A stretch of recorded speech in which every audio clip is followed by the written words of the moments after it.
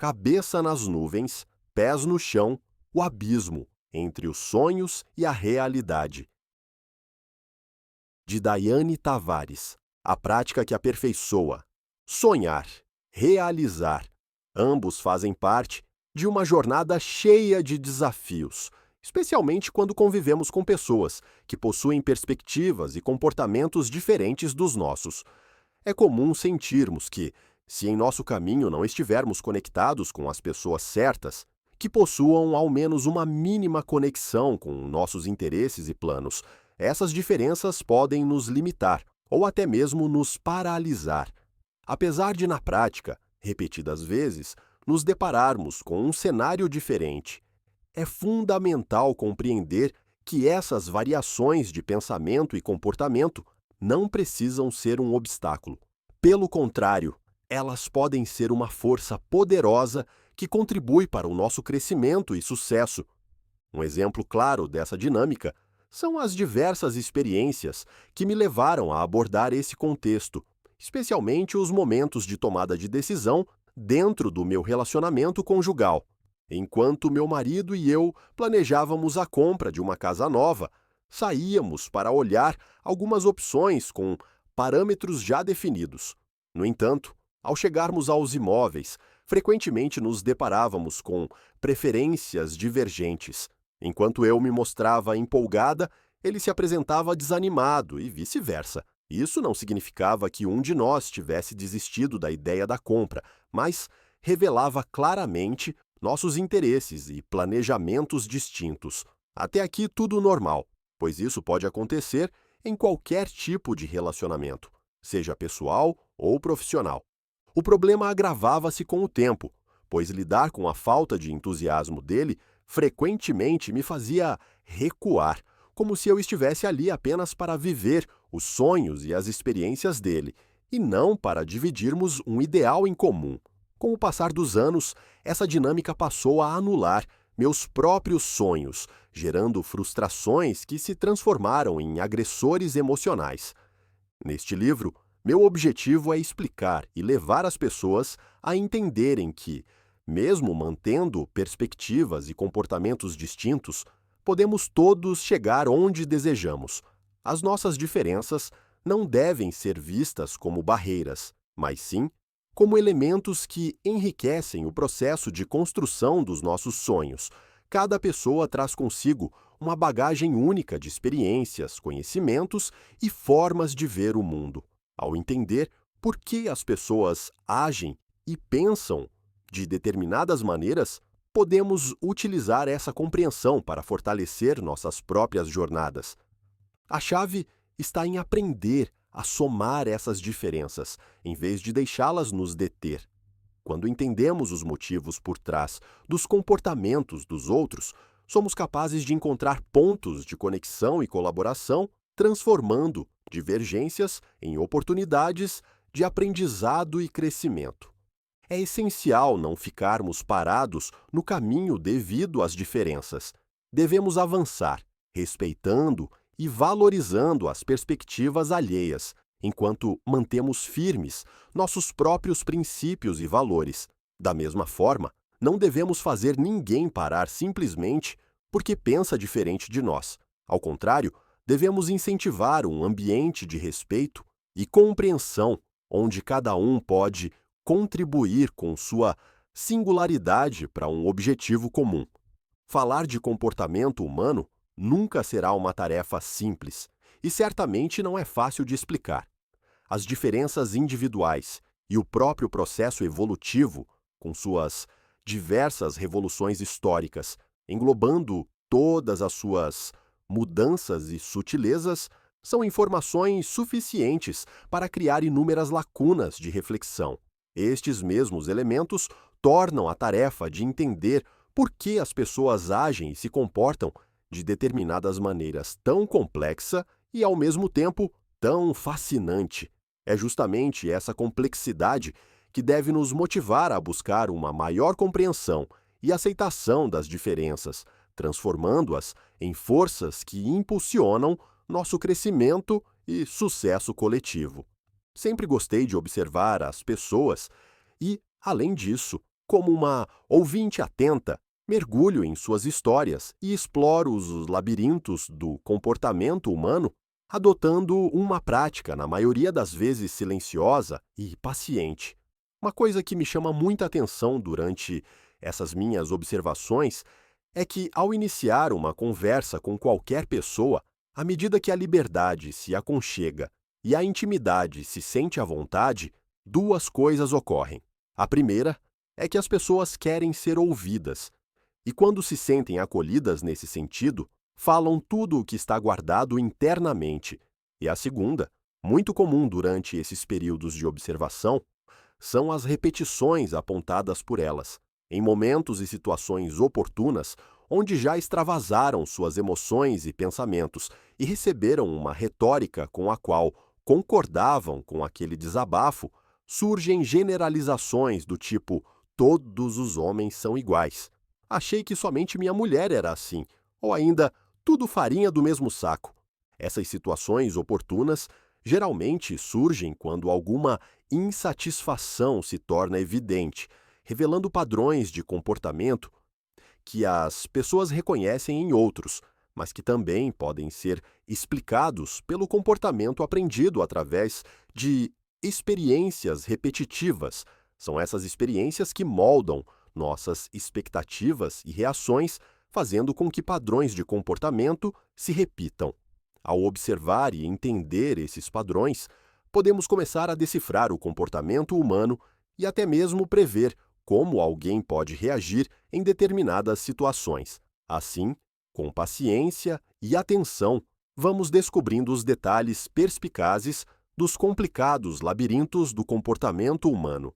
Uma das bases que podem esclarecer essas generalizações está na teoria do condicionamento operante, que explica como experiências negativas repetidas com certos comportamentos reforçam essas generalizações.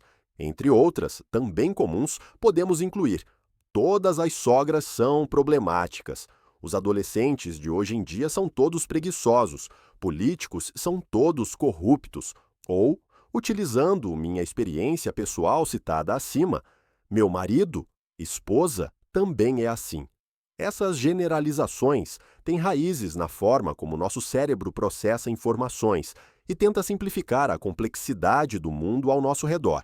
A ciência cognitiva ilustra que, para lidar com a enorme quantidade de informações que recebemos diariamente, nossos cérebros criam atalhos mentais, conhecidos como heurísticas. Uma dessas heurísticas é a heurística de representatividade, que nos leva a classificar pessoas ou situações em categorias baseadas em características percebidas como comuns. Esse processo acontece mais ou menos da seguinte maneira: vamos pensar que todos nós vamos às compras no supermercado da vida. Cada pessoa empurra seu carrinho cheio de experiências e histórias.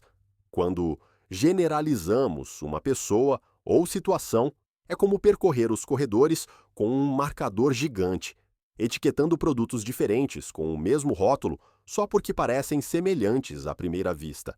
Por exemplo, você vê um pacote de biscoitos e outro de bolachas e decide que todos são iguais. Eu sei que tem pessoas que dirão agora mesmo: é tudo igual mesmo. Mesmo que um seja recheado de chocolate e o outro seja integral, você ignora essas sutilezas e coloca a mesma etiqueta em ambos. Isso é conveniente e rápido, mas não reflete a verdadeira diversidade e individualidade de cada produto. Não pretendo abrir precedente para uma boa desculpa sobre classificar comida, mas sim entender que fazemos isso com as pessoas o tempo todo. Ao ignorarmos os motivos simples que permeiam o comportamento das pessoas, deixamos de entender plenamente o que está ocorrendo, geralmente bem debaixo dos nossos narizes. Cada pessoa tem suas características próprias, experiências e razões por trás de suas ações. Ao nos esforçarmos para olhar além das generalizações e realmente compreender esses detalhes, podemos desenvolver uma compreensão mais íntima e, com certeza, mais empática das pessoas ao nosso redor. Mas a grande questão é que, ao fazermos isso, deixamos de considerar que essas etiquetas aparecem especialmente durante promoções de insatisfação, momentos em que a decepção está em alta e as prateleiras da frustração estão bem abastecidas. Quando estamos insatisfeitos, nossa necessidade de simplificação aumenta e nossos cérebros usam atalhos para lidar com a sobrecarga emocional. Sem sombra de dúvidas, esses atalhos mentais ajudam nosso cérebro a processar informações rapidamente. No entanto, também nos fazem cometer erros de julgamento. A heurística de representatividade nos leva a classificar pessoas ou situações com base em características percebidas como comuns, mesmo que não sejam verdadeiramente representativas. O foco aqui é exatamente esse. A forma como percebemos as coisas pode e vai variar consideravelmente de uma pessoa para outra. Por que reconhecer essa tendência é tão importante para a análise do comportamento humano? A resposta é bem simples. Enquanto estamos no supermercado da vida, é por meio dela que podemos nos esforçar para explorar cada corredor com mais curiosidade e menos preconceito. Em vez de rotular todos os biscoitos como iguais, podemos apreciar as diferenças entre um biscoito recheado e um integral, valorizando a diversidade e a riqueza da experiência humana. Da mesma forma, ao interagir com as pessoas, podemos evitar as generalizações e realmente conhecer as particularidades que cada indivíduo traz, transformando nossa compreensão e nossas relações em algo muito mais enriquecedor. Meu marido e eu tínhamos um hábito engraçado que traduz perfeitamente essa ideia. Treinávamos nossa percepção sempre que saíamos de casa. Normalmente, estávamos de carro indo para algum lugar, para o trabalho, para um café juntos ou algo semelhante. Em pequenas pausas no trajeto, fosse por parar em um sinal ou porque a pista estava congestionada, conseguíamos focar em uma pessoa passando e, quase instantaneamente, fazíamos uma leitura dela, levando em conta o que nossos olhos viam, a expressão facial, a postura corporal, a velocidade ou o nível de distração. Diversos questionamentos simplesmente brotavam de nós dois. O que está ocorrendo na vida dessa pessoa hoje? Como será que foi levantar da cama esta manhã? Por que está tão sorridente ou tão triste? Esse exercício simples e divertido nos ajudava a praticar a empatia e a observação, elementos essenciais para compreender o comportamento humano. Ao nos perguntarmos sobre o dia e os sentimentos de um estranho, estávamos exercitando nossa capacidade de ver além das aparências e tentar entender os motivos por trás das ações e expressões das pessoas. Essa prática não só é capaz de enriquecer nossas interações, mas também de nos lembrar constantemente da complexidade e diversidade de experiências humanas. É fácil cair na armadilha de generalizar e simplificar as pessoas ao nosso redor, assim como fazemos com biscoitos e bolachas. No entanto, cada indivíduo carrega uma história única e um conjunto de circunstâncias que moldam seu comportamento. Ao prestar atenção a esses detalhes e tentar ver o mundo pelos olhos dos outros, podemos cultivar uma compreensão mais assertiva e evitar julgamentos superficiais. Ao prestar atenção a estes detalhes, muitas das curiosidades em relação aos comportamentos das pessoas que antes nos incomodavam tornam-se mais compreensíveis e talvez até aceitáveis. Percebemos que, apesar das diferenças superficiais, muitas pessoas compartilham estratégias semelhantes para enfrentar desafios e buscar um senso de segurança e propósito. Essa estratégia, que podemos chamar padrão, pode nos ajudar a ver além do que o rosto mostra. Identificamos a importância de reforçar que outros detalhes do comportamento podem ser observados, considerados, replicados e, com certeza, servir de modelo para a forma como tratamos ou compreendemos as pessoas. Observando gestos, expressões e até o tom de voz, podemos descobrir pequenos detalhes que revelam emoções e intenções não expressas verbalmente. É muito comum sentarmos para conversar com pessoas, e claro, isso se aplica até mesmo aos estudiosos incansáveis do comportamento humano, e chegarmos à conclusão de que, no fundo, todos querem a mesma coisa: encontrar uma forma não apenas de compreender, mas de desvendar os porquês que envolvem a conduta humana. E vamos combinar, poder interpretar essas variáveis de maneira descontraída torna tudo muito mais agradável. Eu gosto muito de utilizar metáforas para explicar as coisas, não apenas porque acredito que exemplos lúdicos e conectados à realidade das pessoas facilitam a compreensão, mas também porque tornam a aprendizagem mais divertida e envolvente. Quando aprendemos algo novo, nosso cérebro cria novas conexões neurais. Essas conexões precisam ser reforçadas por meio da prática e revisão constantes para se tornarem memórias fortes e acessíveis. Nosso cérebro possui uma vasta rede de neurônios e cada nova informação se conecta a essas redes já existentes. Considerando nosso desejo de entender e explicar o comportamento das pessoas, imagine-se em um escritório, trabalhando em um projeto. Você vira a cabeça por um segundo e percebe que seu colega está mais quieto do que o normal. Ele evita o contato visual e parece um pouco distante. Talvez esteja com a cabeça cheia ou preocupado com algo. Em vez de ignorar, como a maioria faria, você decide puxar um papo leve, talvez comentando sobre o último episódio daquela série que todos estão assistindo, ou quem sabe, convidando-o para um café.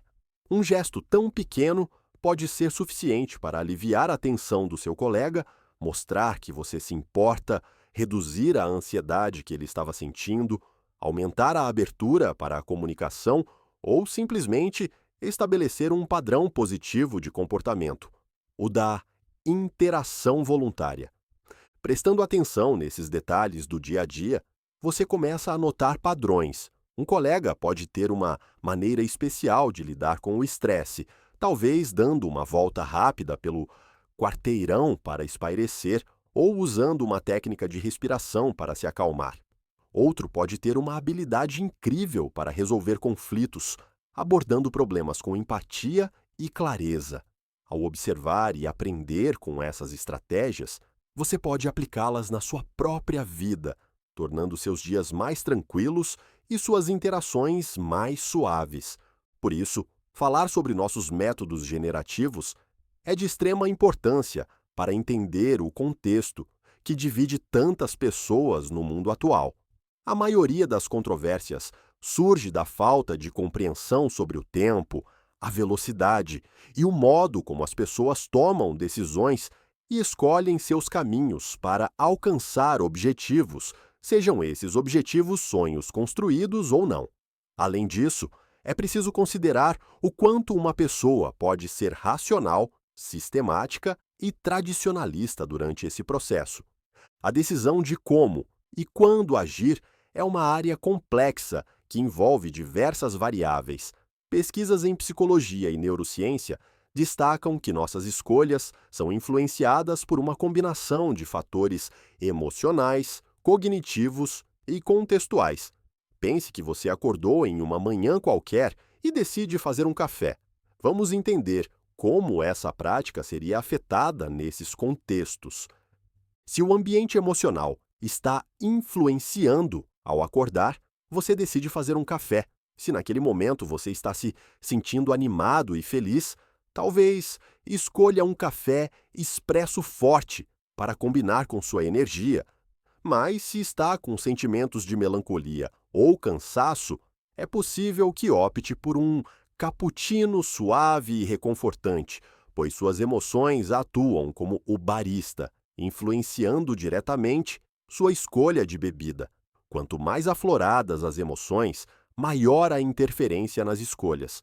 Emoções intensas podem levar a decisões impulsivas, enquanto estados emocionais mais tranquilos promovem escolhas mais ponderadas. Mas e se for o contexto cognitivo? Preparar um café pode ser uma arte e uma ciência. Quando você decide seguir uma receita detalhada, medindo cuidadosamente cada grama de café e a quantidade exata de água, está usando seu pensamento cognitivo. Esse processo deliberado garante que o café saia perfeito, equilibrando sabor e intensidade, baseado em experiências passadas e conhecimento adquirido. Mas e se você estiver doente e não conseguir sentir o cheiro direito?